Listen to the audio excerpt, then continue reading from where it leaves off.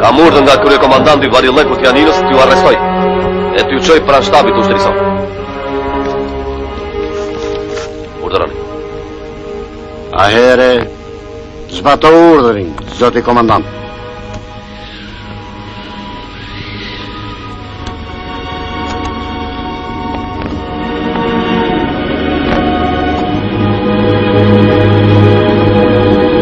Do të detyrohemi të përdorim forcën, Ismail Bey. Kur arrestuat Abdul Frashërin, nuk ishit kaq sjellshëm. E nuk I morët leje.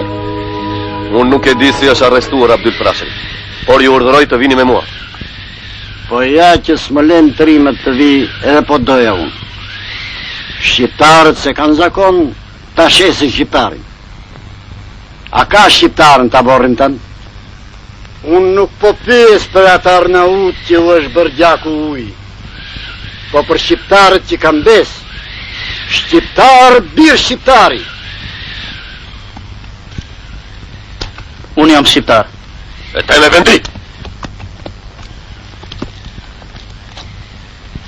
Ismail Bey, po të më pranoni, unë jam ushtar ytë.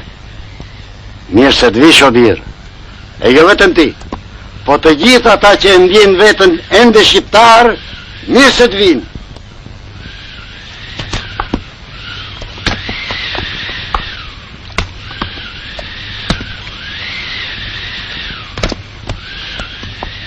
Kush me vizë gargesti, do pushkatohet për tërti!